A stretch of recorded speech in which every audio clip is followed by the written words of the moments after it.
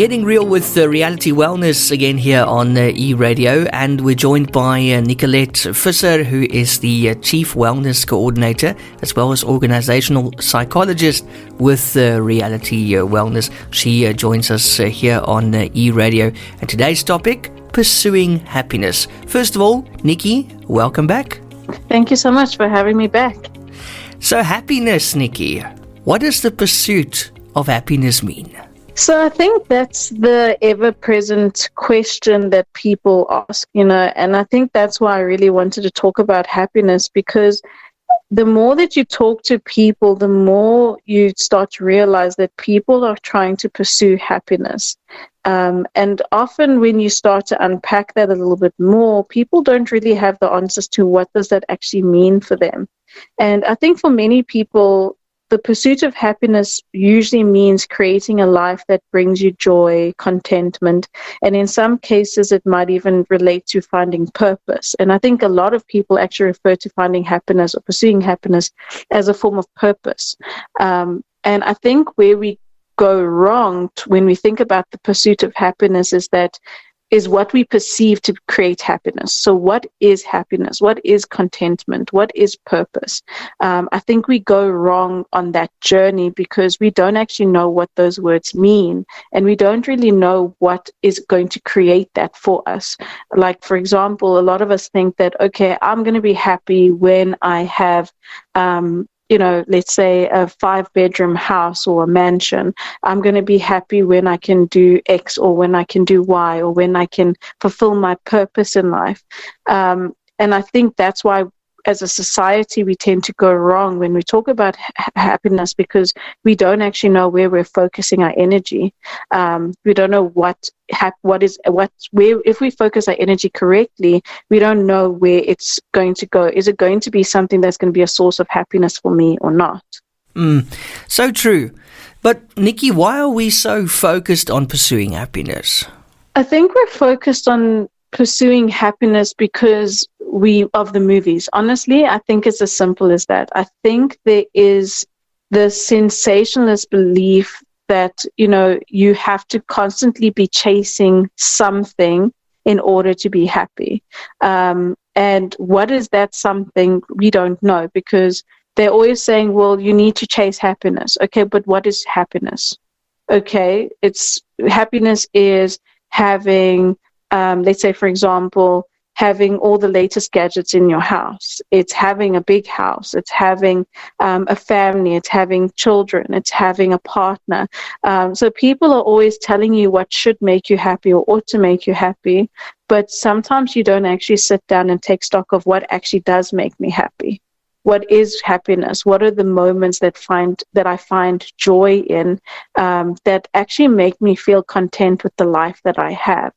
And why this sort of thought process came to mind is because I was listening to a lot of conversations around happiness, and they were talking about how, the modern world and the very westernized world focuses on happiness as being things, whereas when you start to look at certain cultures that are a lot more minimized, or they have very minimal existence, they don't focus on having careers and all these things. Their focus is on, okay, I'm going to grow my life, have a farm, eat and do my things, and I'm just content with the opportunity of spending time with my community. I'm just content with living the life that I have.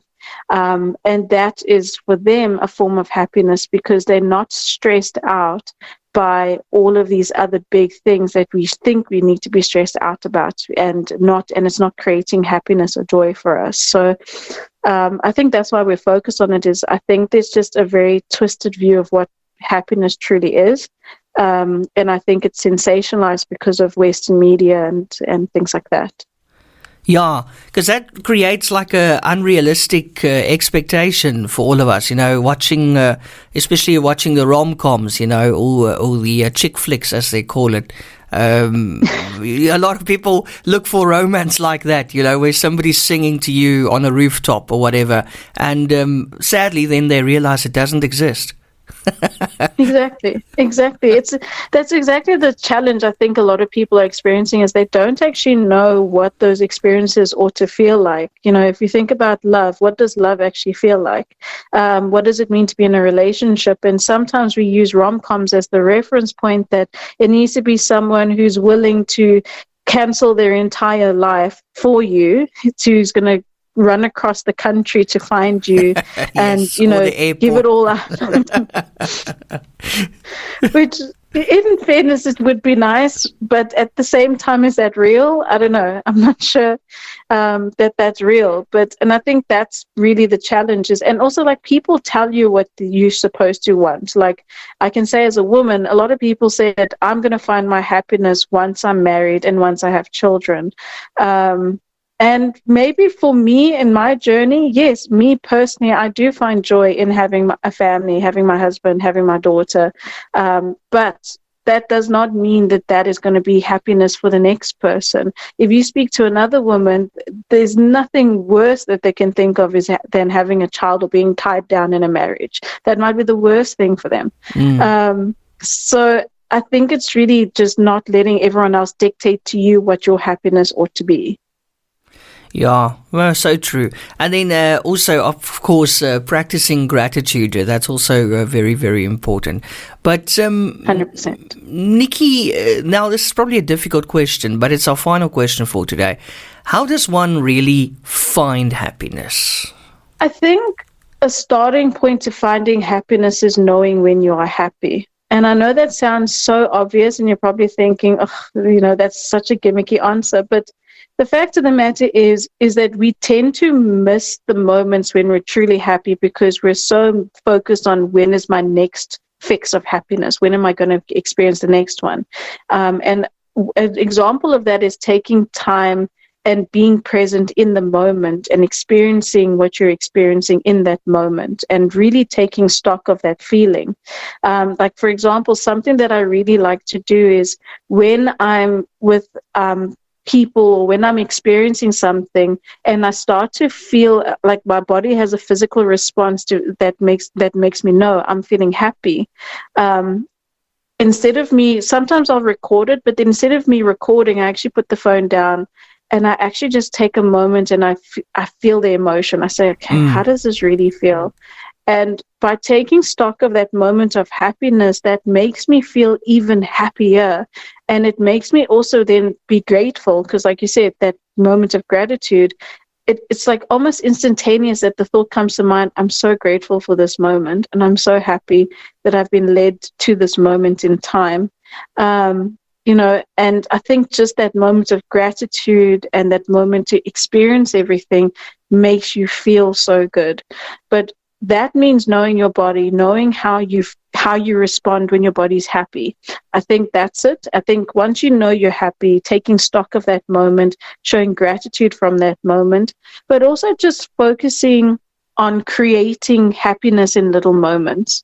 Don't focus on these big grand gestures. Like you said, in the rom-coms, they have these grand gestures where the dude's going to go run on the roof, play music from, I don't know if we've got speakers like that anymore. Boombox. And that's a great grand gesture, but it's not the real world. And you got to look for the little moments that give you joy and finding and actually really taking it in fully. And also just regularly practicing gratitude. Whenever you practice gratitude, you leave no room for anxiety because you can't practice gratitude and be anxious at the same time. You physically cannot do the two at the same time. So it's really important to then practice that gratitude and also just look at what does happiness mean to you? When are you most happy? Is it spending time with friends or family? Then if that is the case, then create more circumstances that allow you to spend time with family and friends. Does drawing or painting or doing a hobby make you happy? Then create time to do those particular things. So create pockets of time that are focused on things that make you happy and that brings you joy.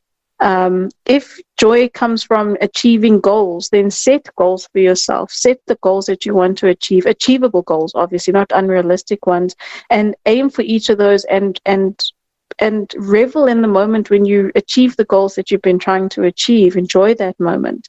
And also just practice mindfulness, meditation, and things like that. I think those are things that will bring happiness.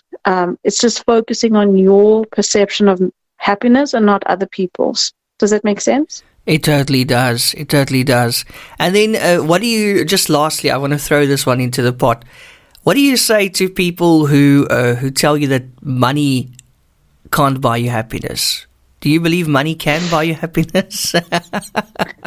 I think there's a yes and a no to it. I think it depends on what is your intention behind the money, because I think a lot of people say, I need them, once I have the money, I'm going to have all the things that I want. But I think it's really thinking about, okay, but, how far does that money help you?